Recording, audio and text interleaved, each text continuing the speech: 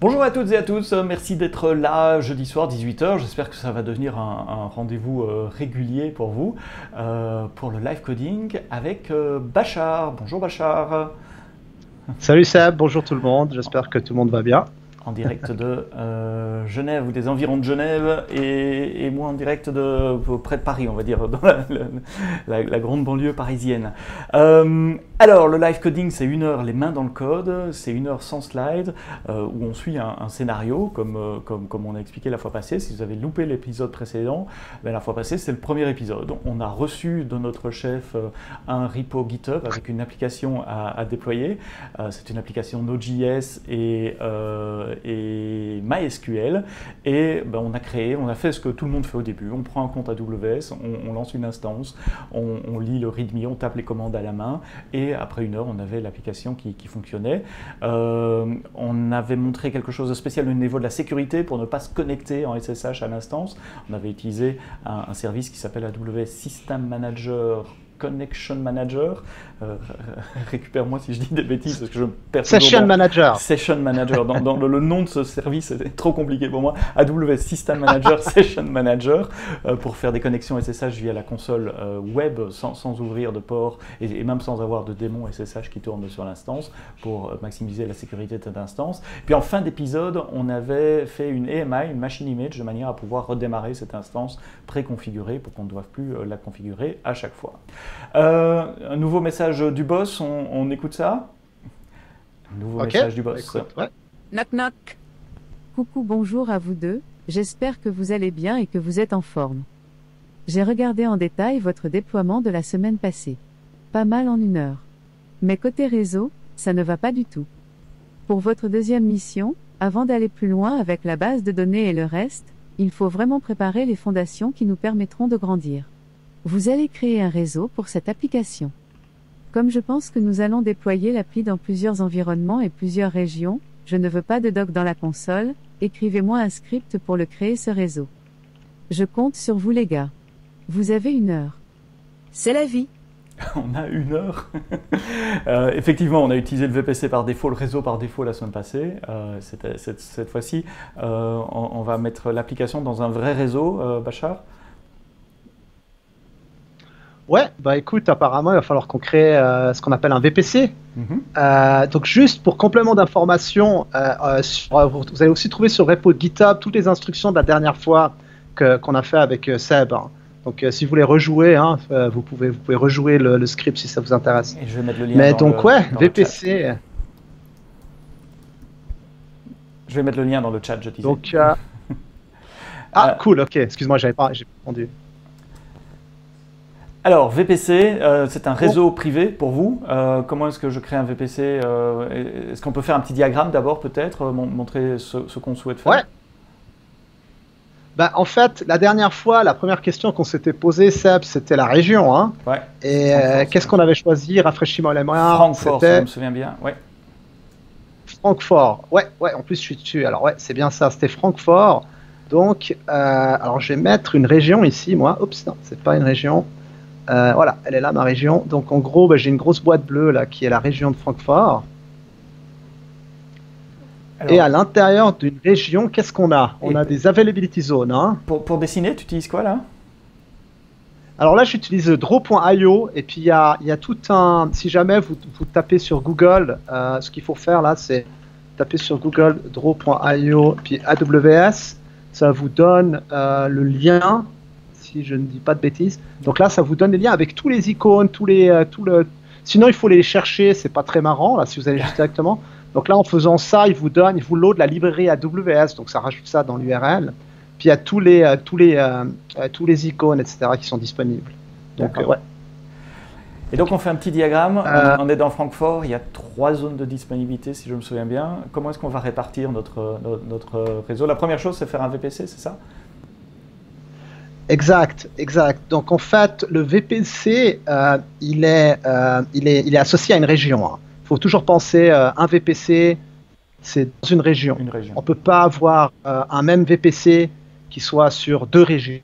Qu'après, la question peut se poser de comment, si on veut faire du multi-région, comment on connecte nos VPC. Mhm. Puis là, bon, on pourra parler ça peut-être dans un autre épisode, mais en gros, il y a des solutions comme du peering, il y a Transit Gateway. Enfin, il y a différentes façons un peu de connecter les choses ensemble. D'accord. Mais là, a priori, 3 easy. Et je place un VPC ici. Là. Qui est Jusqu'à comme présent, ça. c'est facile, c'est juste des petits carrés dans une boîte. On met des carrés dans une autre boîte. C'est ça qu'on va faire. Ok. Et comment on fait ça dans la console alors? Alors bon, si jamais il y a juste au cas où, alors si jamais il y a facile, c'est ça. Mais on va pas faire ça. Ça c'est un wizard qui fait un peu tout pour nous. Nous on va vraiment le faire step by step. Mais si jamais vous êtes curieux, vous pouvez aussi aller voir le wizard qui va en fait vous simplifier énormément la vie aussi. Mais en gros, comment on fait? On va dans UVPC et on fait Create VPC. Alors on lui donne un nom. Mhm. Et on lui donne un cider range. Donc c'est quoi un cider range? Est-ce que tout le monde est au courant? Ça n'a rien à voir avec la boisson aux pommes, je suppose, cider. J'aimerais bien, c'est l'heure de l'apéritif quasiment. Donc un cider range, c'est un groupe d'adresses IP, c'est un bloc d'adresses IP qui se note, comme Bachar l'a écrit là sur l'écran, avec l'adresse IP, slash et un numéro, et le numéro c'est le nombre de bits que vous laissez libre pour assigner des adresses IP dans ce réseau. Donc 16 bits, ça veut dire que les 2 derniers bytes, le 00, seront libres pour, pour mettre vos machines, vos bases de données, enfin tout ce qui consomme des adresses IP. Vas-y, continue. Donc là, on peut choisir en différentes classes. Moi, je vais choisir cette classe d'adresse IP privée. Alors là, je crée ça. Et puis là, j'ai exactement, là, je suis donc entre la gauche et la droite, j'ai une situation similaire. Donc j'ai un VPC. Est-ce que je peux déployer une instance là-dessus? Est-ce que c'est suffisant? J'ai fait tout ce qu'il fallait ou il faut que je fasse encore plus? Je crains qu'il en faille un tout petit peu plus. Un VPC, au fait, c'est juste une configuration de notre côté qui dit, bon ben voilà, il y a un bloc d'adresse IP privé réservé pour ce compte-là dans cette région-là, mais ça ne suffit pas pour lancer des instances. Pour lancer des instances, il faut un subnet. Donc tu vas créer tes subnets comment? Alors, les subnets, ça se fait aussi via donc, la section VPC. Donc là, vous voyez, il y a subnet juste en dessous. En termes de subnet, il y a quand même un peu des bonnes pratiques à suivre là. Donc, en gros, c'est votre choix. Hein. Vous pouvez faire un seul subnet ou alors un subnet par ASY. En fait, un subnet égale un ASY, by the way. Hein. On ne peut pas avoir un subnet qui span, qui couvre plus qu'une zone d'availabilité. Hein.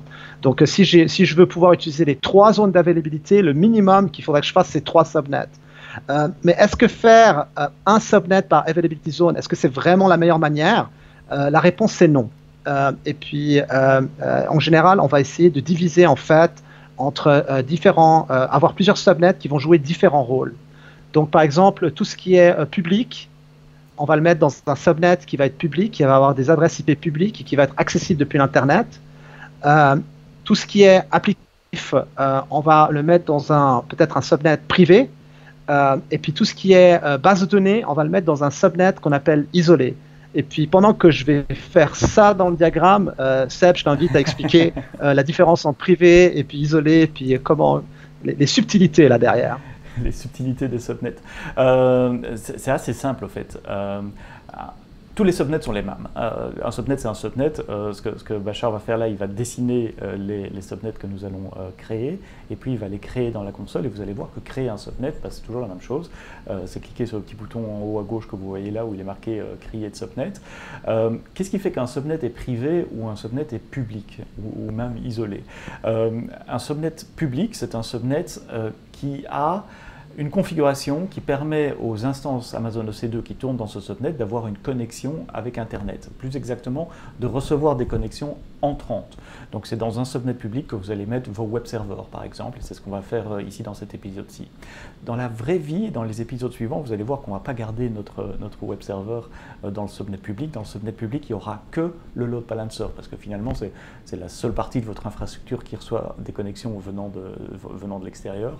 Tout le reste de l'infrastructure ne doit recevoir des connexions que de la couche devant, donc le web server du load balancer, la base de données du web server, et ainsi de suite.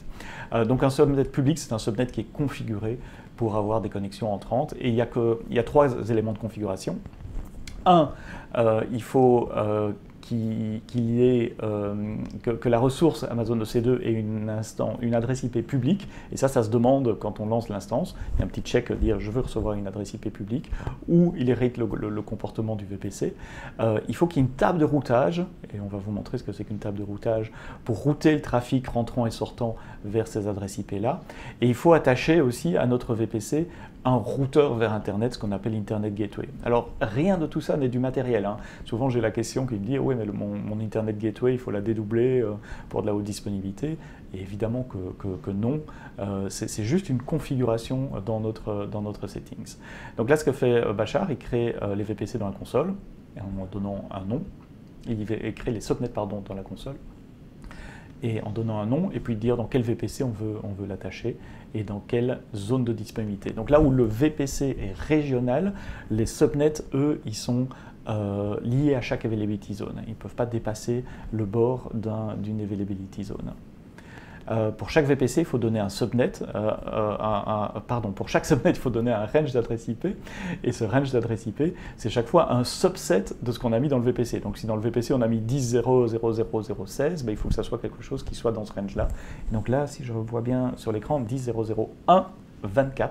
24, ça veut dire que les 24 premiers bits sont fixés, ils ne pourront plus bouger, 8, 16, 24, donc c'est les 3 premiers chiffres, hein, et donc il n'y a que le dernier chiffre qui sera disponible pour allouer des adresses IP dans ce subnet-là. Donc on aura grosso modo 256 adresses, de 0 à 255, un peu moins, puisque 0 à 255 c'est des adresses réservées.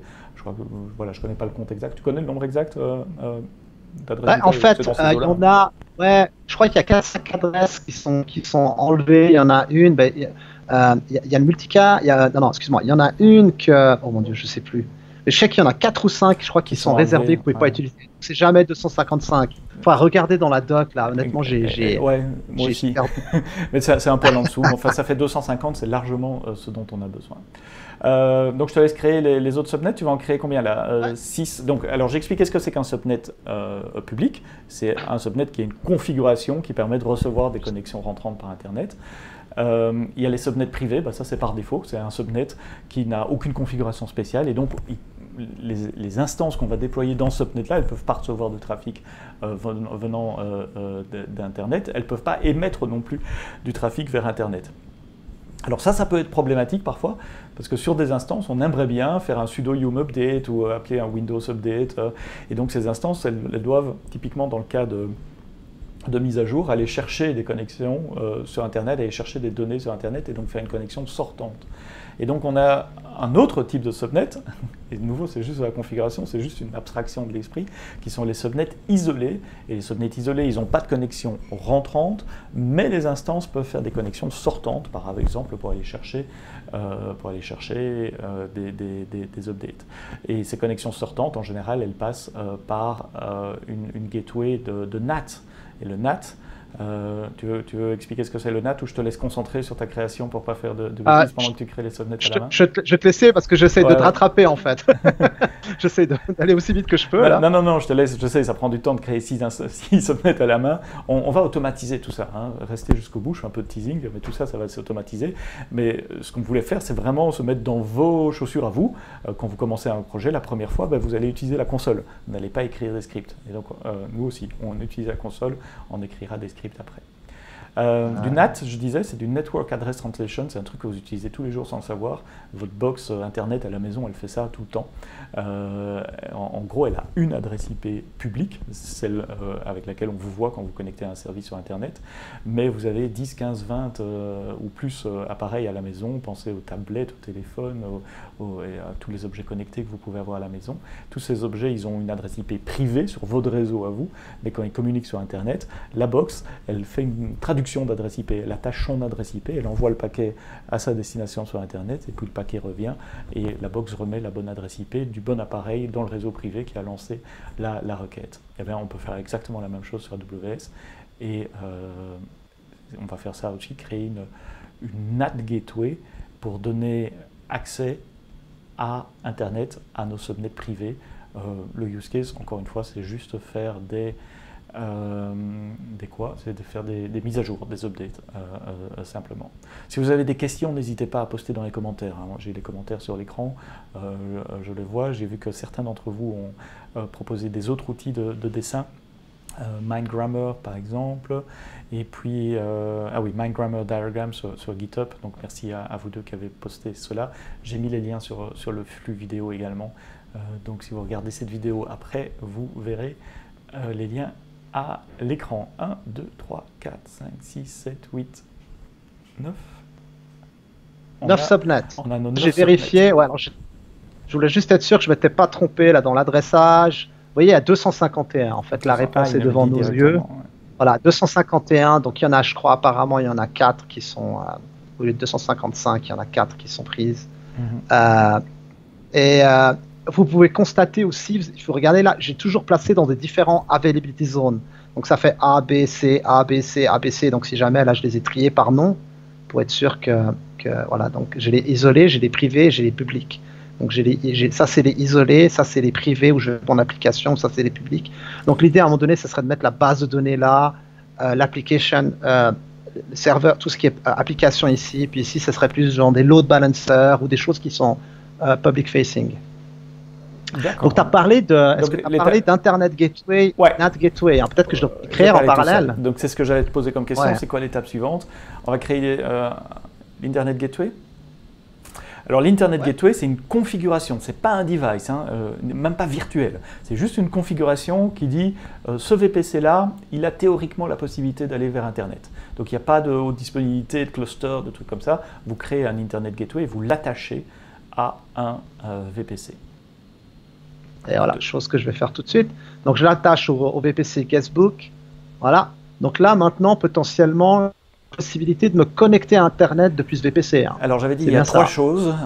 Il faut une Internet Gateway attachée au VPC, et puis il faut que les subnets publics ils aient une table de routage pour router le trafic vers l'Internet Gateway. En gros, une table de routage, c'est une très simple règle réseau qui dit si le trafic n'est pas pour moi, donc si c'est 000/0, eh bien envoie ce trafic, le next hop, le bon suivant sur le réseau, c'est l'Internet Gateway.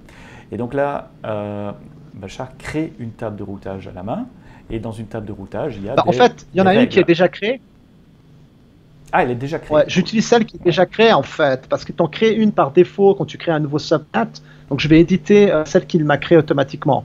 Donc là, je vais aller ici, puis je vais juste rajouter une route. Donc là, ça c'est le réseau local. On voit que tout ce qui est 10.0.0.0.16, bam, va dans le local. Et ce qu'on va faire ici, c'est que le reste du monde utilise l'Internet Gateway qui est là. Internet Gateway. Alors on la référencie par ID, mais la console nous aide à trouver l'ID facilement. Il y a Almanael qui dit So IPv4, et tu as bien raison. Mais tout ça, on peut le faire en IPv6 également. Donc dans les VPC, on peut mettre de l'IPv6 et ça change rien en fait. Les tables de routage, le concept, tout le reste est identique. Donc là, tu as créé la table de routage, et cette table de routage, elle est attachée à quoi ? Alors, au subnet public, j'ai édité la table de routage des subnets publics, et juste pour information, les règles de routage sont exécutées dans l'ordre. Ça veut dire que celle du haut va être en premier, puis celle du après, si ça ne matche pas, celle du haut, ça passe à la seconde. Donc, quand il y a du trafic local, il va pas se retrouver, parce que là, 000, c'est tout. Hein. Donc, pourquoi ça ne se retrouve pas dans Internet? C'est parce qu'il y a cette règle qui est évaluée en premier lieu. Eh ben, je savais pas ça, merci. J'apprends encore des trucs. Bah, écoute, on apprend tous. Donc ça, c'est la table de routage public. Je vais l'appeler, je vais même lui donner un nom un peu plus sympa, Public Route. Et on peut attacher la même table de routage à plusieurs subnets, ou on va falloir créer une table de routage par subnet? Alors par défaut, si je ne dis pas de bêtises, on va tout de suite vérifier, mais si mes souvenirs sont bons, c'est la même table de routage, tu vois. Ça, c'est le subnet 2, tu vois, du coup, il y a cette règle qui a été là. Ah ouais. Ça, c'est le subnet 1 que j'ai édité, et puis ça, c'est le subnet 3. Et c'est que pour les subnets publics. Alors c'est ça. Alors du coup, maintenant, si tu vas voir dans les subnets privés, bam, la même chose. Ah oui, donc il n'y a qu'une table de routage pour nos 9 subnets là pour le moment. Donc ils sont tous publics en quelque sorte. Voilà. Donc là, ce que je vais faire, c'est que je vais créer. En fait, j'ai utilisé la table de routage qu'il a créée par défaut, qui m'en a créé une, pour. Je l'ai édité pour mes subnets publics. Maintenant, il faut que je crée des tables de routage pour le réseau privé et pour le réseau isolé. Donc il me faut 2 tables de routage. Ok, et je vais le faire tout de suite. Alors, je répète encore, parce qu'il y a Simon qui vient d'arriver, qui dit tiens, on ne devrait pas scripter tout ça. Et je dis oui, on doit scripter tout ça. Et donc, ça va venir. Ce qu'on fait là, on se met vraiment dans les chaussures, dans les shoes d'un développeur qui arrive sur AWS. La toute première fois qu'on va créer un VPC, on ne va pas le faire avec le CDK ou un script, etc. On va aller dans la console. Et donc, on essaye de suivre le chemin que vous avez peut-être déjà eu ou que vous allez avoir si vous commencez à utiliser AWS. Et donc, on va automatiser ça, évidemment. C'est de la folie ce qu'on est en train de faire là à la main. C'est bien pour apprendre, pour comprendre les briques, mais évidemment, on ne fait pas ça en production. Il y a d'autres moyens de créer son réseau en production. Donc là, je sélectionne, j'ai créé une nouvelle route, je vais l'associer avec mes 3 subnets privés. Donc ça, c'est la route privée. Je peux le faire ici, là, au niveau de Edit Subnet Association. Donc là, je peux voir que cette nouvelle private route, elle est assignée avec ça. Je vais juste vérifier tout de suite au niveau des private routes, qu'est-ce qui se passe là du coup. Ben là, voilà, il a pris, donc il a mis à jour, vous avez vu? Il a mis à jour pour mes 3. Maintenant, il y a ça. Et là, ce qu'on veut faire, c'est que ces private routes, ils ont quand même accès à Internet en outbound, hein, c'est ça? On peut quand même pouvoir faire des yum updates. Et ça serait dans le isolated. Le private est vraiment private et le isolated, lui, il a accès à Internet. Et donc, ça serait les 3 autres, non? Ouais. Non, alors je pense qu'au niveau nomenclature, là, après ça, c'est une question de se mettre d'accord sur les noms. Hein. Mais je crois que le nommage qu'ils utilisent, parce que ça, en fait, c'est pas très innocent. Hein, pourquoi on a utilisé ce nommage? Vous allez voir après, quand on va parler d'automation, on retrouve ce même nom. Et d'après ma compréhension, private, c'est donc un peu moins. C'est moins, entre guillemets, il y a moins de sécurité dans private que dans isolated. Isolated, c'est isolé. Et isolé, ça veut dire qu'il n'a même pas d'accès à Internet. Donc, c'est une base de données. Théoriquement, voilà, il n'y a rien. Voilà. Donc, isolated, on va mettre RDS, pas d'accès à Internet, même pas en sortie. Private, un demi-accès, donc je peux initier une connexion vers Internet depuis le réseau, mais je ne peux pas recevoir des connexions qui viennent de l'extérieur. Et public, c'est dans les deux sens. Ouais. Ok, d'accord. Donc là, on a créé l'Internet Gateway, on l'a attaché au VPC. Ouais. Bon, alors je vais pas mettre les routes ici parce que sinon mon diagramme il va devenir complètement illisible. Hein. On est d'accord. Ouais, c'est trop. Mais il y a des routes spécifiques. Donc il y a une route pour le public subnet, une route pour le private, puis on va créer une route pour l'isolate. Il faut aussi créer en parallèle. Je vous propose aussi. Ouais, excuse-moi. Monsieur, l'isolate, elle n'a pas besoin de route puisqu'elle est isolate. Donc celle qu'il a par défaut doit être bonne. Ah non, parce qu'il est à celle du VPC. Défaut, du coup, il a pris. Ouais, d'accord. Voilà, il a pris la première qu'on a créée. Donc, je vais en créer une, quand même, que je vais appeler Isolate. Et tu as raison, elle va rien faire. Tu as tout à fait raison. Il n'y aura pas de règle. Isolate route. Ouais, on fait ça comme ça. Create, close. Et puis là, je vais juste faire, je vais en fait associer cette route. Avec les 3 subnets isolated. Donc là, je vais faire Edit Subnet Association et je vais avec les Isolated. Hops. Je répète, puis après, on va timer. Hein. N'hésitez pas à poser des questions dans le chat si vous avez des questions, s'il y a des trucs qui ne sont pas clairs ou pas. Parce que je sais que tous ces concepts, quand on les découvre, ne sont pas toujours faciles. Alors, on va aller retourner ici. Donc là, j'ai juste vérifié que c'est bon au niveau des routes. Donc là, Isolated, c'est bon. Private, c'est bon, mais il manque quelque chose. Il faut qu'on rajoute maintenant la NAT Gateway, et qu'on mette à jour la route. Alors, donc je vais déployer une NAT Gateway. Alors dans l'ancien temps, une NAT Gateway, ça n'existait pas comme un service. Donc il fallait aller se palucher du NAT à la main, c'est-à-dire créer une instance Amazon EC2 Linux et puis la configurer pour faire du NAT, donc du Network Address Translation. Je crois qu'on fournissait une EMI, je pense qu'il y avait une EMI pour ça. En tout cas, il y avait la doc qui expliquait comment faire. Mais vous deviez vous assurer de la haute disponibilité et du scaling de cette machine. Maintenant, on a un service managé pour faire ça. Donc vous pouvez créer une NAT Gateway comme Bachar le fait, l'attacher à un subnet ou un groupe de subnets, éventuellement lui donner une adresse IP fixe, une Elastic IP, et puis juste cliquer un bouton et nous allons créer la NAT Gateway pour vous et vous n'avez pas à vous soucier de la redondance. Ouais. Alors juste un petit truc quand même, ça déploie donc la NAT Gateway sur un subnet. Donc si on a une fois de plus un availability zone, un subnet, c'est dans un ASI.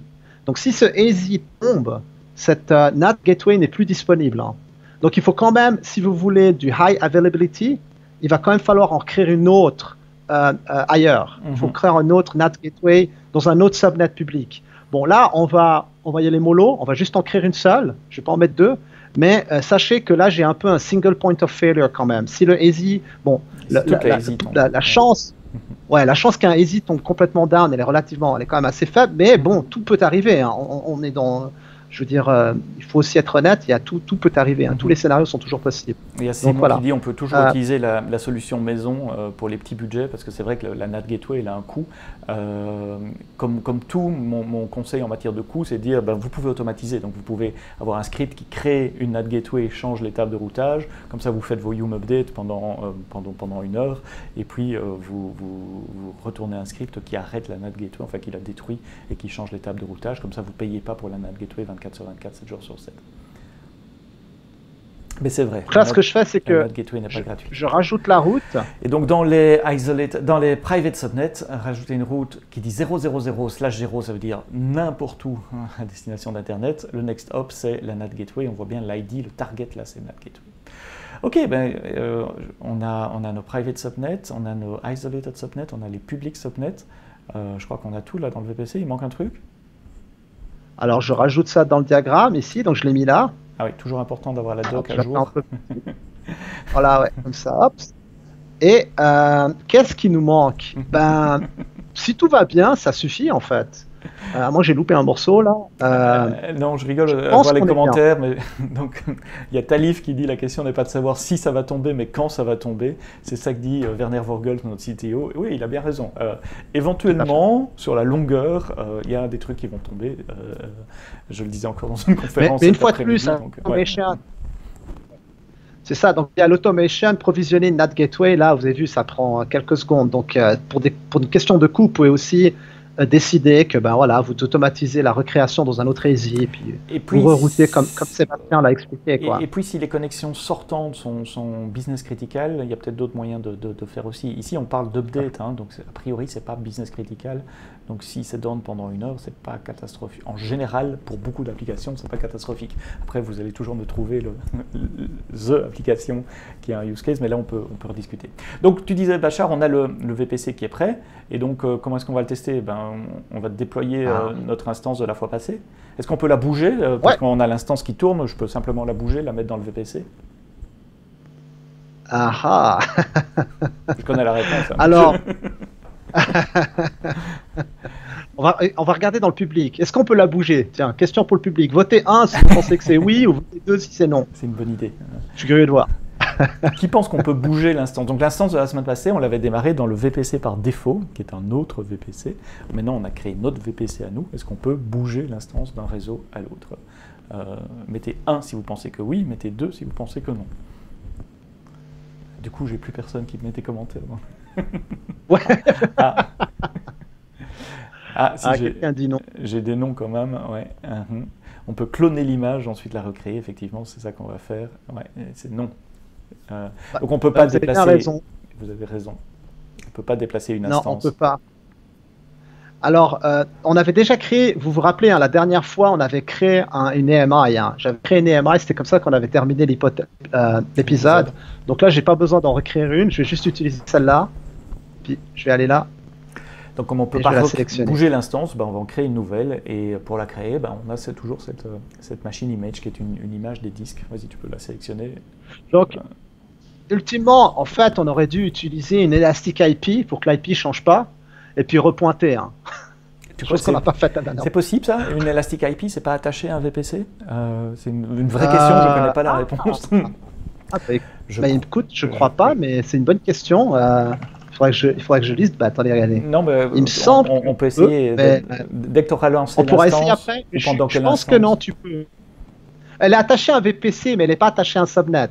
Donc on peut la bouger. Oui, mais donc ça veut dire que si on l'avait appelé... elle n'est pas attachée à un VPC, excuse-moi. Je ne crois pas qu'elle est attachée à un VPC, mais on va tester. On va essayer. Je suis pas sûr, pour être franc, je ne veux pas dire de bêtises.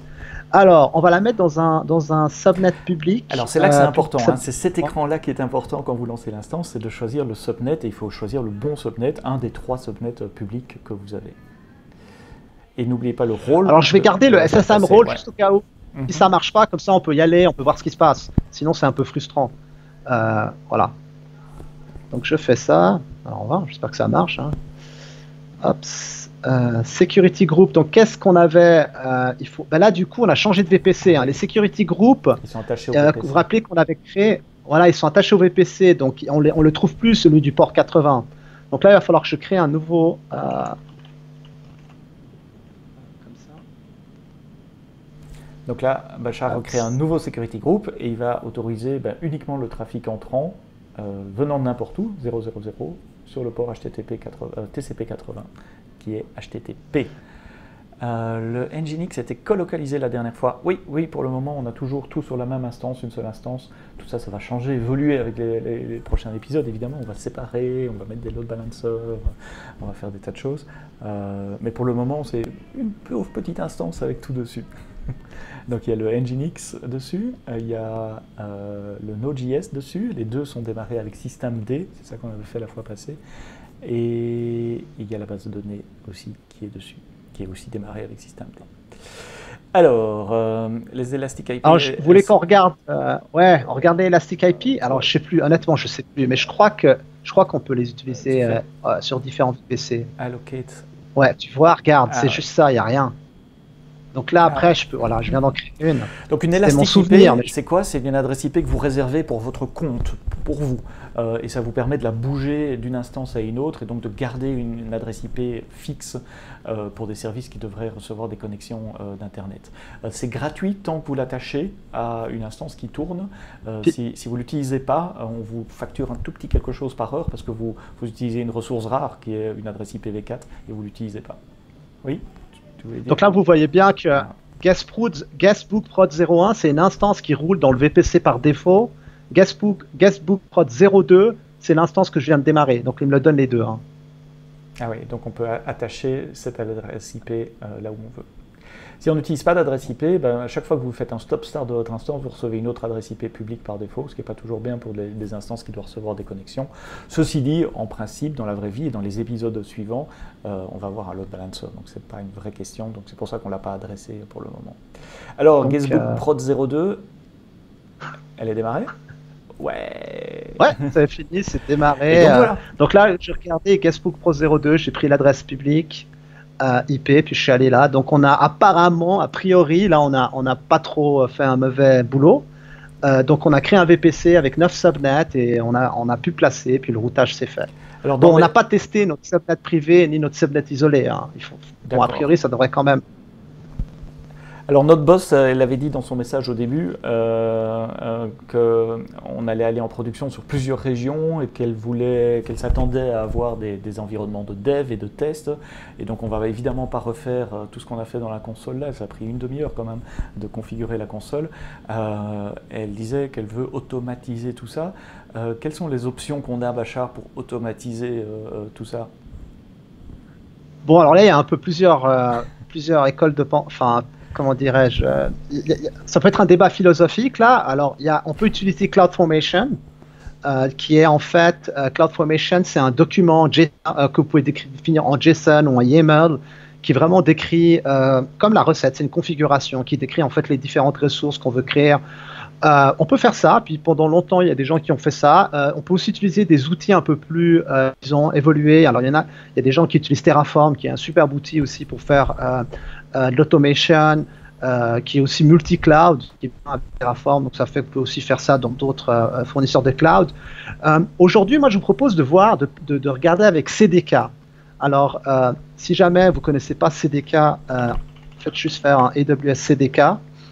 Et puis, donc CDK, c'est un Cloud Development Kit qui est disponible en plusieurs langages, en open source, donc c'est accessible, c'est sur GitHub, le repo.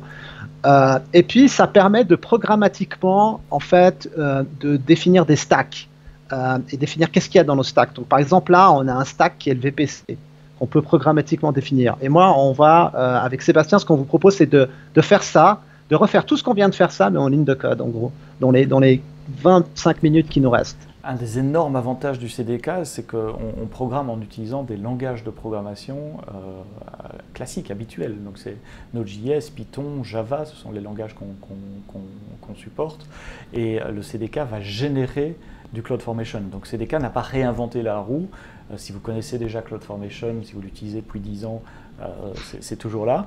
CDK, c'est juste un moyen plus simple, parce que CDK, CloudFormation, comme l'a dit Bachar, c'est du JSON, c'est du YAML, c'est pas facile de mettre de la logique, une boucle, un commentaire. En JSON, c'est pas possible. Tandis qu'en JavaScript, en TypeScript, on peut faire ça. Tu vas utiliser ton Mac et puis suivre la doc, créer un projet et on y va. Bon, je ne suis pas sur mon Mac, en fait. Ouais, je vois. Mon Mac, il est derrière moi. J'utilise les deux parce que c'est le meilleur des meilleurs mondes. Mais en fait, on peut peut-être profiter aussi d'utiliser un... Donc, il y a un service qui s'appelle Cloud9. Puis c'est peut-être le bon moment de commencer à utiliser ça vu qu'on commence à faire du développement. Donc, moi, je te propose d'en créer un environnement Cloud9. Puis on va exécuter tout de là-bas. Eh ben, je te laisse créer l'environnement Cloud9 et j'explique brièvement pendant que ça démarre ce que c'est Cloud9. Cloud9, c'est un IDE, un outil de développement, comme vous avez Visual Studio Code ou n'importe quoi sur votre laptop. N'importe quoi dans le sens où il y en a beaucoup des différents. Eh bien, c'est un environnement de développement, mais qui est dans le cloud, qui tourne sur une Amazon C2. Tout à fait classique. Et donc dans la console Cloud9, vous voyez, vous pouvez choisir le type d'instance. Vous choisissez le VPC. Ici, on peut démarrer dans notre VPC, celui qu'on vient de créer.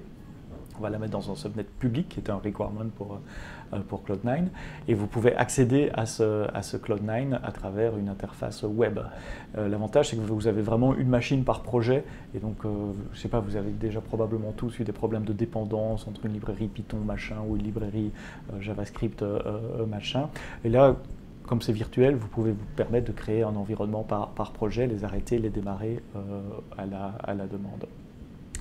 Question de Simon, est-ce que tu penses que ce sera CDK Python ou CDK TypeScript qui sera populaire dans les projets cloud à venir? C'est une question pour toi, parce que moi j'ai déjà donné mon avis à Simon dans une autre. Honnêtement, je ne sais pas. Qu'est-ce qui va être le plus populaire? C'est un peu une question casino, là. Je ne sais pas. Moi, qu'est-ce qui est le plus populaire, Java ou Python? Je ne suis pas très sûr. Hein. JavaScript ou Python? Il faudrait aller chercher des chiffres d'utilisation des développeurs. La réponse à AWS pour le moment, c'est que CDK est développé en TypeScript et puis on rajoute les autres langages par cross-compilation. Donc il y en a une librairie qui va traduire le Python en TypeScript ou le Java en TypeScript. Moi j'aime bien TypeScript parce qu'il attrape plein d'erreurs à la compilation. C'est un langage fortement typé. Si vous ne connaissez pas TypeScript, c'est une super couche au-dessus de JavaScript créée par Microsoft avec un compilateur. Et l'avantage principal, c'est que on a des vraies structures de données et c'est fortement typé. Maintenant, ce que dit Simon, c'est vrai que les DevOps utilisent souvent Python. Et donc, à voir. Côté doc, CDK, il y a beaucoup de TypeScript aussi. C'est plus facile de trouver de la doc, j'ai l'impression, ou des exemples de code CDK TypeScript que Python. Ouais. Alors il y a. Écoute, le futur nous le dira là. Talive qui dit ceux qui font du Python iront plutôt sur Boto 3. C'est pas tout à fait la même chose parce que, enfin, tu vas voir dans le CDK avec Boto 3, il faut quand même. On peut pas, si j'ai créé un script en Boto 3, je ne peux pas faire un update de l'infrastructure, par exemple. Si je me suis dit, tiens, mon VPC, il a 2 subnets, et puis après je me dis, ah ben non, il en faudra un 3e. Avec le CDK, on change la propriété, on réexécute, et comme c'est CloudFormation en dessous, il est capable d'exécuter juste le delta, donc d'aller rajouter un subnet. Tandis que si j'ai un script Python qui me crée 2 availability zones, je ne peux pas juste retourner le script une fois avec 3 availability zones, parce que le VPC existe déjà, les 2 premières availability zones, elles existent déjà. Donc le CDK a vraiment une flexibilité pour effacer les ressources aussi. Je ne dois pas écrire un script différent pour effacer. Je fais juste CDK destroy et ça va effacer les ressources, ce qui est très pratique pour les environnements de TEF et d'EST. Donc c'est pas du tout le même niveau d'abstraction que Boto 3. Alors là, on a un IDE dans le cloud. Et donc à gauche, c'est Cloud9, qui est un IDE assez classique, sauf qu'il tourne dans un browser. Et à droite, tu as la doc du CDK, et on va suivre la doc pour installer le CDK. Donc en gros, comme on suit la doc, là, donc si vous cliquez sur le premier lien, la Getting Started, vous descendez, vous pouvez choisir le langage que vous voulez. Là, on va le faire en JavaScript. En gros, c'est un npm install -g AWS CDK. Je fais ça. Et si tout se passe bien, ça devrait m'installer de manière globale l'outil. Alors c'est très petit sur ton écran, mais on voit la doc à droite, donc on n'a pas nécessairement besoin d'augmenter la taille de police pour le moment. Mais à un moment, quand tu vas taper des choses originales, il va falloir agrandir un peu ça. Tu peux fermer ce tab-là complètement en clips. Ouais. Comme ça, on récupère déjà un peu d'espace en hauteur. Ça marche. Tu peux fermer le tab. Ça va un petit peu mieux là, comme ça. Tu peux fermer le tab Welcome, on va déjà récupérer un tout petit peu en hauteur. Ouais, bien sûr, bien sûr. Alors attends, c'est parce que là, du coup, il me passe là, faire comme ça, puis faire comme ça. Voilà, ouais, ça c'est un peu mieux, ouais. Un peu mieux. Bon, en gros, alors là, si tout va bien, excusez-moi, si tout va bien, là, je devrais avoir quelque chose comme, excusez-moi, CDK, je devrais avoir. Voilà, CDK, ok, donc ça, c'est installé CDK. Et puis là, ce que je peux faire, en fait, pour démarrer un projet, parce que il y a comme un template, il y a un squelette là, de projet qui peut être scaffoldé automatiquement en utilisant l'outil de CDK. Et ça, en fait, en gros, la seule chose que je fais, c'est que je crée un répertoire que je vais appeler Guestbook App, par exemple. Je vais aller dedans, ok. Donc là, j'ai mon répertoire. Puis je fais en gros ça. Je fais un CDK bonjour init. à vous deux. J'espère que vous allez alors bien après, et que vous êtes en forme. Là, on fait le VPC. On va faire le VPC. Donc je vais appeler l'application, je vais l'appeler VPC Guestbook. Quoique, excusez-moi, vous savez quoi, je vais l'appeler VPC Guestbook, ouais. Parce que je suis en train de me dire, après, dans le futur, on va rajouter, mais on va commencer comme ça, on refactorera un petit peu après plus tard. Et puis, je choisis le langage, donc JavaScript.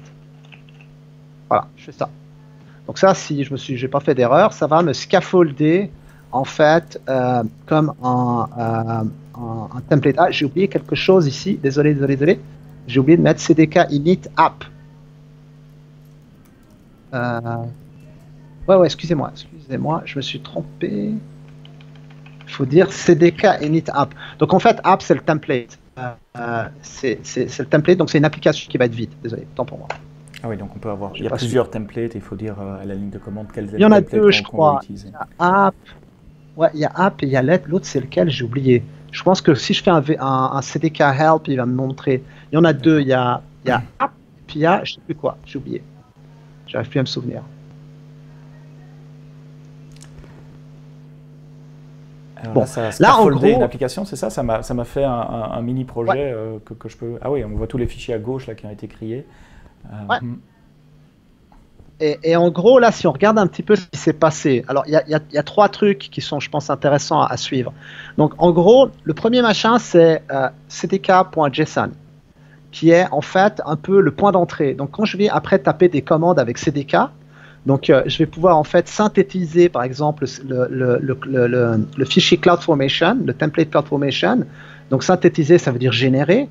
En fait, ce que ça fait, quand je fais par exemple, je lance la ligne de commande pour synthétiser ça, ça fait appel en fait à ça en ligne de commande. Okay, en gros, ça fait un node de bin de guestbook.app.js. Donc guestbook-app.js, c'est mon point d'entrée. C'est le point d'entrée que CDK invoque lorsque j'utilise la line command. Allons voir qu'est-ce qu'il y a dans ce point d'entrée qui est ici. Donc là, dans ce point d'entrée, on voit quelque chose. On voit que en fait, il instancie, il crée un nouvel objet de la classe guestbook_app_stack. Et puis il lui donne un nom. Et puis en gros, c'est ça que ça fait. Ça lui donne un nom, puis ça l'instancie. Donc cette classe-là, on peut voir qu'en fait guestbook_app_stack, c'est quoi? Ben, ça vient de, c'est un require de ça. Donc la classe est définie ici. Donc si on va dans le répertoire lib, là on peut voir la définition du stack. Donc en gros, si on veut créer des ressources, ça c'est l'opportunité dans le constructeur. Ici ça vous dit the code that defines your stack here. C'est ici que je peux commencer à faire create VPC et je mets le code pour créer mon VPC. Et ça va être invoqué. Et donc je répète, maintenant, au moment où on va, donc c'est du TypeScript, donc il faut d'abord le compiler, il y aura une étape TSC, et puis il faudra invoquer la ligne de commande CDK deploy pour générer CloudFormation et déployer le code dans le cloud. C'est ça le workflow. J'édite, je compile, je déploie. Alors en fait, y a pas, en JavaScript, il n'y a pas besoin de faire la partie compilation. En fait, il faut juste s'assurer que les packages sont installés, puis juste faire un CDK deploy. Lui, il va invoquer Node et puis il va en fait, il va faire, il va synthétiser. Donc ça, c'est l'avantage d'utiliser JavaScript. Mais tu as raison, tu as complètement raison avec, par exemple, avec du Java. Si on avait fait ça en Java, je disais compiler parce que c'est du TypeScript. C'est le workflow que tu viens de décrire. Donc TypeScript, il doit être compilé, non? Ouais. Là, moi, j'ai déclaré un projet JavaScript. Ah, JavaScript, ok, donc pardon, là, j'avais loupé le truc, pardon, ma faute. ouais, j'ai déclaré un projet JavaScript, puis il n'y a pas besoin, dans ce cas-là, dans ce contexte-là, de faire c'est fait, en fait, quand il invoque Node, c'est interprété. Parce qu'il là, il fait un Node de ce fichier-là. Ouais. En gros, ok. Donc là, on a le scaffolding défini. Donc l'étape suivante, ça serait quoi? De trouver dans la doc comment on crée un VPC? Ouais, il va y avoir ça, puis il va falloir aussi réfléchir à comment cette instance, parce que là, moi j'ai créé une instance Cloud9, va venir l'histoire de les permissions et tout ça qu'on va devoir résoudre après. Mais oui, là en gros, ça serait de voir comment on crée un VPC. Donc on peut faire ça. Moi je vous invite à faire ça. Allons voir un peu qu'est-ce qu'il propose ici. Donc là, dans la doc de CDK. Donc il y a ce concept de construct en CDK, ce sont des classes au fait. Si vous êtes développeur, vous savez ce que c'est qu'une classe, c'est une librairie de haut niveau. Et donc il y a un objet VPC qu'on peut une classe VPC qu'on peut instancier. En faisant quoi? En faisant new VPC, quelque chose comme ça, et puis donner quelques attributs. Ouais, donc là il y a un package. Alors le premier truc, c'est qu'il y a un package qui est AWS EC2. Ouais. Donc en gros, ça, pour pouvoir accéder à ce package, à ce module, il faut faire quelque chose comme ça, quoi. Puis il va bien entendu faire le npm install. Ouais. Mais en gros, ça c'est le package. Ça nous donne accès au package EC2. Puis dans le package EC2, apparemment, là ce que je lis de la doc, c'est que je peux faire quelque chose comme ça. Ok. Ouais. Donc je peux faire, j'ai une classe VPC qui appartient en fait à ce qui est exposé. Donc je peux faire un truc du genre. Et là, ce qu'il faut que je lui passe, c'est le scope. Donc ça, c'est non, c'est this. Excuse-moi. Qu'est-ce que je me mélange. Et puis que je lui passe en fait un nom. Donc là, ça va être, je sais pas, CDK guestbook VPC. Je vais l'appeler comme ça. En attendant, on pourra changer ça. Et je peux lui passer en fait des propriétés. Donc si on regarde en fait, je voulais vous montrer en fait le constructeur. Ça c'est la doc du constructeur. Donc en gros, on passe trois choses. On passe le scope, donc this. On passe un ID. Donc ça j'ai généré un ID et des properties. Et c'est quoi les properties? Donc si on descend, ça c'est les properties qu'on peut. Donc c'est un dictionnaire. Et puis, il peut contenir tes propriétés-là. Ah oui, je vois des trucs comme maxeasy, etc. Donc, c'est là qu'on va dire combien d'availability zone on veut couvrir, quel est le cider range. En fait, ce que tu as rentré dans la console avant, c'est là qu'on va aller le mettre. Exactement. Et puis, en fait, je pense que la partie qui nous intéresse pas mal, c'est subnet configuration. Parce que ce qui est cool, en fait, il y a un peu... CDK, c'est censé simplifier la vie du développeur. Hein. Ultimement, c'est ça. C'est écrire moins de lignes de code aussi pour pouvoir faire les choses rapidement. Donc en fait, par défaut, il y a comme un comportement par défaut. Donc si moi je fais juste ça, si je lance juste cette ligne de commande, ce que ça va me faire, c'est que ça va me créer, si je me trompe pas, ça va me créer en fait deux subnets par ASY, un public, un privé. Puis je crois que ça le déploie sur deux ASY uniquement par défaut. Pour faire plus que deux ASY, il faut le spécifier. Et ça va m'installer, ça va me déployer une Internet Gateway. Et ça va me déployer une NAT Gateway dans les subnets publics. Et ça va faire toutes les routes qu'on a fait nous, là. Donc, une route privée, une route publique. En gros, ça va faire pas mal de choses qu'on a déjà fait. Ça, c'est sans que je fasse quoi que ce soit. C'est le comportement par défaut. Tout ce que tu as fait en une demi-heure dans la console, c'est fait avec une ligne de code là qui dit New VPC. Créer le VPC, les subnets, le NAT Gateway, l'Internet Gateway, mettre les routes correctement. Alors, juste un truc, c'est que nous, on a 9 subnets, on n'en a pas 4. Et puis, on déploie sur 3 ASY. Donc, c'est ça. Donc, il y a quand même un petit peu plus de travail, mais c'est pas grand-chose. Donc, déjà, la première chose, c'est qu'on va définir ça. On va dire max ASY 7. Ça, c'est la... Voilà, donc ça, c'est la propriété qu'on a vue là. Et puis, l'autre chose qu'il faut faire, c'est ça, c'est subnet configuration. Puis, si on va voir un peu, ici, il y a en fait un exemple là, dans le subnet configuration qui, en gros, ce qu'il fait... en fait, il fait exactement pas mal ce qu'on nous a fait là, avec la seule différence, je crois que là, il met un cider mask de 28, nous on a mis 24. Et puis peut-être qu'il faudra juste renommer. Donc là, il crée 3 subnets, un public, un privé et un isolé. Alors moi, je vais juste faire un copy-paste. C'est quoi les paramètres? Donc c'est subnet configuration, et puis chaque subnet, on passe le CIDR mask, le nom et le type, et il y a des constantes qui sont définies justement pour public, private, isolated. Ça tombe bien, c'est exactement la nomenclature qu'on avait utilisée dans la console. Alors, bon, ici, on peut changer les noms. Moi, je les avais appelés public, privé, puis isolated. Donc, je peux faire ça. Je vais garder les noms. Ou alors, on peut garder. En fait, ingress, application et database, c'est pas mal aussi. Mais bon, ça, c'est. On va garder, vu qu'on a dit qu'on ferait ça comme ça. Puis bon, c'est bien parce que ça match en fait avec. C'est pour ça que je vous disais avant, ça utilise une nomenclature un peu.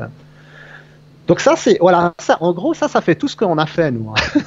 C'est génial. Donc c'est quoi? C'est de 16 ouais, c'est 20 lignes de code qui ont été copiées-collées de la doc. En plus, on s'est pas foulé trop sur ce coup-là.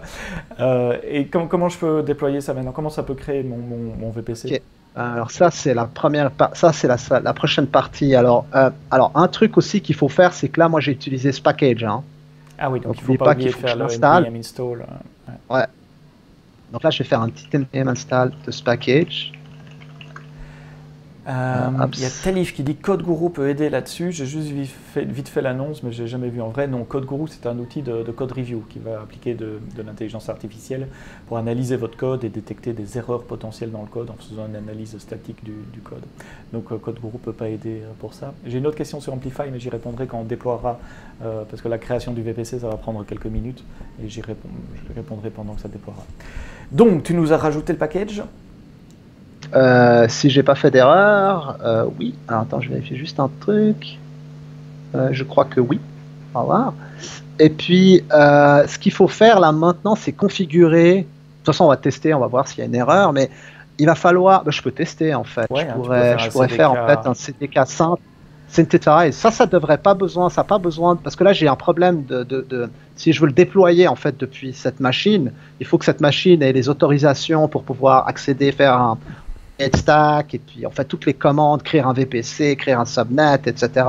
Chose que je n'ai pas. Hein. Mais un CDK devrait. On va voir ce que ça donne. Ouais, on va donc CDK ça, il va hurler. Ça va juste. Pardon. Excuse-moi. En fait, j'ai oublié ça. J'ai oublié l'arrobase. CDK sync. Je crois que c'est ça l'erreur. Ça va juste. Synthétiser. Ça crée le Generate CloudFormation, c'est ça? Le YAML. Ouais, ça crée un. Voilà, ouais. Donc là, excusez-moi, je me fais une petite erreur avant. J'avais mal installé le package. J'avais un erreur de message, mais j'étais un peu fainéant, je l'ai pas lu en fait, pour être honnête. Toujours lire les messages. Je suis trop pressé, ouais. Voilà, alors il me l'a outputé dans la console. Waouh. Il m'a outputé en fait. Je ne l'ai pas compté, mais je le sais, c'est à peu près 400 lignes de code YAML qui ont été générées avec ce petit JavaScript de 20 lignes. On peut tester si tu veux. Hein.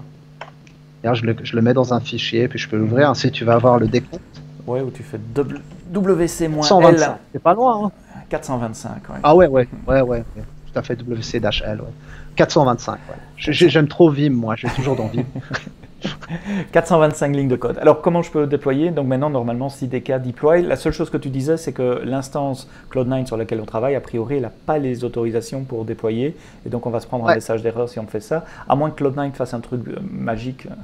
Puis il y a la question de la région aussi. Bon, moi, j'ai mon Cloud9. Mon Cloud9, il est dans la région de Francfort. Ouais. Mais je suis pas obligé de targeter la région de Francfort. Donc là, il faut un petit peu se retourner dans la doc, puis un peu continuer. On a un peu sauté en fait les étapes un petit peu. C'est-à-dire je pense qu'il faut continuer un peu le setup. Et là, il vous explique un peu aspects. Alors, ok. Alors, si jamais pour pouvoir déployer sur tous les ESI, il faut passer en fait vous vous souvenez là dans le point d'entrée, donc dans ce point d'entrée là qui est ce qui va être invoqué. En fait, il faut passer en variable d'environnement la région et le compte. Alors, il faut passer ici en fait là comme des propriétés. Alors moi, ce que je vais faire, je vais faire une variable que je vais appeler ops. Et puis qui va être un dictionnaire qui va en fait Quand il y a la avoir deux région. valeurs. Là, ça, je la connais pas. C'est le central 1. Mhm. Et puis mon account ID. Ça manque. Voilà. Alors ça, il va falloir que j'aille le récupérer. Voilà, on va faire ça comme ça. Puis ça, c'est des propriétés. Il y a Simon qui demande s'il vaut mieux faire un stack pour tout global ou un par différentes couches dans l'application, genre le réseau, l'applicatif, la base de données. Et j'ai répondu dans le chat de découper. C'est beaucoup plus flexible d'avoir une couche, un stack pour le réseau, un stack pour la base de données, pour l'application, etc. En général, dans les grandes équipes, en tout cas, c'est des équipes différentes qui travaillent là-dessus. Et puis ça donne plus de flexibilité quand il faut mettre à jour une couche et pas nécessairement toucher aux autres. Voilà, je répète à l'oral, comme ça ceux qui ne regardent pas les commentaires ou ceux qui regarderont la vidéo plus tard entendront les questions aussi. Alors, on en est où? Tu cherches ton account ID? Ouais, alors l'account ID, bon, ça c'est facile, hein, il est là. Bon, attention, moi je vais faire ça sur hop, c'est une autre fenêtre. Je vous cache un peu la fenêtre parce que là j'ai pas très envie de montrer en fait. L'account ID. Il y a des données un peu sensibles et puis la sécurité c'est toujours important. Mais en gros, pour avoir l'account ID, souvent il est ou là. Là, bon, moi j'ai utilisé un alias donc il s'affiche pas. Ou vous allez tout simplement dans IIM. Vous allez dans IIM et puis dans. Ouais, ou n'importe quelle ressource ARN à l'account ID dans le. Non, excusez-moi, vous allez dans My Account. Excusez-moi, dans My Account. Je vous dis des bêtises là. Donc dans Support, My Account, ici. Ah, c'est où? Ah, c'est pas dans Support, c'est voilà, le nom de login et puis My Account. Ouais. Ouais. Bon, mais il est donc presque 7 heures avec ça. On va essayer de déployer ce stack. Ouais, alors on va essayer de déployer. Ouais. Alors là, ça c'est mon account ID. Et puis là, ce qu'il faut faire, c'est qu'il faut des credentials. Et donc là, il faut générer en fait. Si tu essayes CDK deploy, ça va nous taper dans la figure. Juste pour voir le message d'erreur. Bah, théoriquement, il ne devrait pas avoir les permissions. Alors, à moins que il va créer, fasse un truc magique. Donc il va créer, mais à moins que j'ai loupé un truc, là, il ne devrait pas avoir les... Ouf. Non, mais il y a des tas de choses que Cloud9 fait pour nous. Donc, je suis un peu surpris là, pour être franc avec toi. On essaye des trucs en direct. On n'aurait pas dû. Non, c'est bien, on expliquera la semaine prochaine pourquoi ça marche. Ouais, pourquoi ça marche pas. Il faudra regarder, ouais. Non, je suis un peu surpris de ce comportement, pour être franc. Je suis un peu... Alors, je sais pas comment, mais Cloud9 fait des trucs un peu magiques. Enfin, il n'y a pas de magie, hein. C'est des API, vous pouvez faire exactement la même chose. Mais je crois que Cloud9 permet d'hériter d'une certaine façon les permissions de l'utilisateur qu'il a lancé ou un rôle similaire. Regarde un peu sur l'instance Cloud9. Je suis en train de regarder, si ouais, attaché. Cloud9, quel genre de... Parce que Cloud9 tourne sur l'instance Amazon EC2. Tu vois, elle a pas de rôle. Hein. Mais par contre, tu vois, quand j'avais créé Cloud9, il m'avait dit, il y avait un rôle qui était... D'ailleurs, je peux le retenir ici. Là, attends, je monte juste l'écran de. Ici, il y avait un rôle. Donc là, on peut aller voir qu'est-ce que ce rôle fait. Oui, il passe peut-être ce nom de ce rôle. Peut-être que l'instance a le droit de faire un invoke rôle qui donne les permissions. Ouais, privilege escalation en live. Non, mais c'est conçu pour. S'il fallait mettre des permissions une par une à Cloud9, ça serait très difficile de démarrer avec Cloud9. Donc c'est normal que quand on est dans cette idée-là, on ait accès à son propre environnement. On ne déploie jamais Cloud9 sur un compte de prod, de toute façon. Ici, on est en dev, donc c'est normal. Ça, c'est le rôle qu'a l'instance. Ça, c'est le rôle. Ouais, je suis en train de regarder vite fait les permissions. Mais bon, il n'a pas... c'est un peu... Parce que là, dans...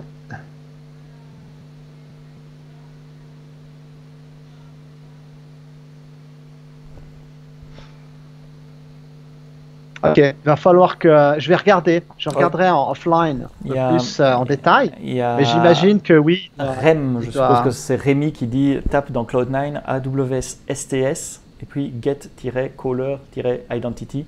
Et c'est vrai que ça donnera le nom du rôle qui est assumé dans le terminal là. Oui, pour le moment, il est toujours en train de déployer.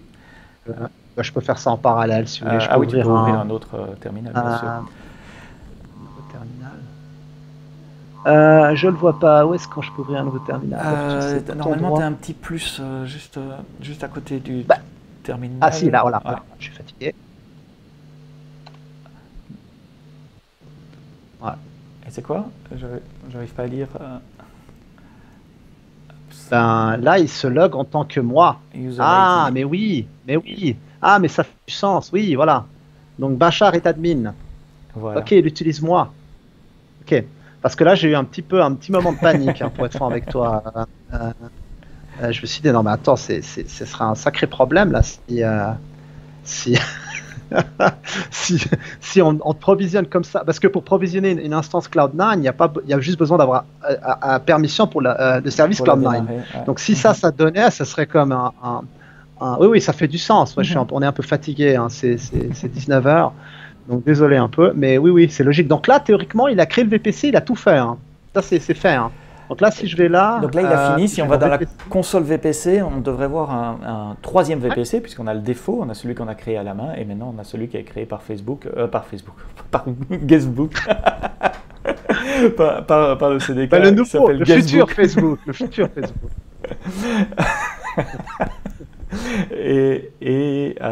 Donc tu as 9 autres subnets qui ont été rajoutés dans les subnets. Ouais, alors je vais vous montrer. Ouais, alors ça va, ça va devenir un peu. La lecture est un peu plus difficile là, mais on voit les noms clairement. là, vous voyez, il y en a 9. Et puis c'est un peu la même chose. Donc il a créé des isolated 3 private, 3 public. Puis si je vous montre un peu les routes, excusez-moi, je vous montre les routes là qui sont associées. Par exemple, isolated, on voit que isolated, c'est là où on met la base de données, il n'y a rien, il y a juste le trafic local. Private, ça passe par une NAT gateway, donc il a créé une NAT gateway. À mon avis, il en a même créé 2, je pense. Je suis pas sûr, mais je pense qu'il en a créé 2. Ouais, vous voyez, possible, c'est pas la même NAT gateway là. Ouais. Vous voyez? Ouais. Ah, il en a créé 3. Il en a créé Autant 3, pour une moi. par Il en a Liberty Zone, c'est le best practice. 3. C'est pas le moins cher, faites attention si vous faites ça. Cher. mais en termes de Donc là, en disponibilité, fait, je pourrais déployer l'instance si tu veux. Je peux déployer l'instance. eh ben, ça permettrait de dans valider ce VPC. ce VPC là. Ouais. Tout le code CDK sera sur le GitHub de Bachar. Je remets le commentaire dans le chat et à l'écran avec l'adresse. Et on va continuer d'enrichir ce GitHub au fil des semaines. Donc là, Bachar crée encore une nouvelle instance, puisqu'on a une EMI, autant... Donc on va se retrouver avec 3 instances, celle de la semaine passée, celle qu'on a lancée à la main dans le VPC à la main, et celle qu'on lance à la main dans le VPC automatique. Mais je repense au message de notre boss au début qui nous disait « je veux un réseau propre et je veux que la création du réseau soit automatisée ». Si ça marche, ce que tu es en train de faire là, on a fini alors. Ben là, voilà, là l'avantage c'est que maintenant pour créer un VPC de dev, si on décide d'avoir des VPC différents ou dans différentes régions, c'est facile maintenant. C'est le code est là, il suffit juste en fait de targeter la bonne région ou de créer autant de stacks que je veux. Ouais, je peux. Et on peut effacer ces ressources aussi. Donc ça, c'est un énorme avantage par rapport à un script Python dont on parlait avant, Python en Boto en tout cas, dont on parlait avant. Je ne dois pas réécrire un autre script pour effacer. On tape simplement cdk destroy et puis ça efface tout. Donc là, on voit que ça a déployé. C'est la nouvelle adresse IP là que j'ai récupérée donc. Puis ça a déployé l'EMI. Donc c'est le comportement attendu. Cool. Ouais. Qu'est-ce qu'on va avoir? On fait un petit teaser des semaines qui viennent. Alors la semaine prochaine, c'est un jour férié dans la plupart des pays d'Europe, donc on ne sera pas là, donc on donne rendez-vous dans 2 semaines. Mais un petit teaser des chantiers à suivre sur cette application. Moi j'en vois un, c'est sortir la base de données, utiliser RDS. Ouais. Qu'est-ce qu'on va faire d'autre sur cette appli? Je pense que maintenant qu'on a aussi de l'automation, on va s'assurer que tout ce qu'on fait est automatisé. Donc, par exemple, là, j'ai déployé à la main l'instance EC2. Il va falloir aussi qu'on codifie ça. Maintenant, le déploiement de l'instance, c'est pas... Voilà. Puis je pense que aussi, bon, là, on utilise une EMI. À un moment donné, on va parler un petit peu de utiliser plus un script de déploiement. Et puis voilà, et je pense qu'on va après pouvoir rajouter au fur et à mesure. J'ai l'impression aussi qu'il va falloir rajouter des fonctionnalités dans l'application, parce que là, elle est très basique. On va pas pouvoir, je pense pas qu'on va pouvoir mettre Facebook en péril. Si on regarde ça avec juste ces fonctionnalités, il va falloir un peu en rajouter. Donc on va faire ça au fur et à mesure. Rodolphon qui dit implémenter un cache, oui, ça pourrait être une bonne idée pour un épisode, voir comment on met un cache devant la base de données.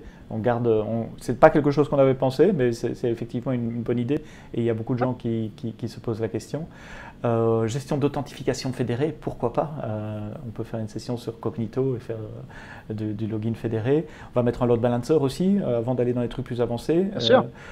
Et alors on avait envie de la refactorer, parce que souvent quand on migre, il y a cette étape de prendre l'application telle qu'elle, voilà, c'est ce qu'on a fait. Puis après on optimise un peu, on met RDS, on met un load balancer, on fait du CDK. Puis après on peut changer l'architecture, on pourrait passer l'application en Lambda par exemple, utiliser S3 comme serveur web. Donc ça fait encore plein de prochains épisodes les jeudis à 18h. Avant de dire au revoir, je voudrais répondre à une question que j'avais laissée de côté. Quelqu'un qui demandait, c'est Unintended, le pseudo, qui disait, j'espère qu'il est toujours là, ou qu'elle est toujours là, est-ce qu'on aurait pu utiliser Amplify plutôt que le CDK? Tu veux répondre à la question? C'est pas exactement la même chose là. Donc c'est aussi un framework, c'est aussi une librairie en Java, qui est disponible en JavaScript, sauf que c'est pas pour le même cas d'utilisation. Amplify, c'est pour faire du développement, par exemple d'applications mobiles, d'applications web. Puis ça simplifie énormément en fait ce développement-là. Nous fournissons plein d'outils pour scaffolder du code, pour avoir accès à différents services AWS. Puis vraiment, l'idée c'est d'aller vite, quoi. C'est qu'en tant que développeur, là, je veux pas taper des centaines de lignes de code pour pouvoir faire, je sais pas moi, une base de données avec quelques colonnes et puis l'API pour pouvoir ajouter, insérer, mettre à jour.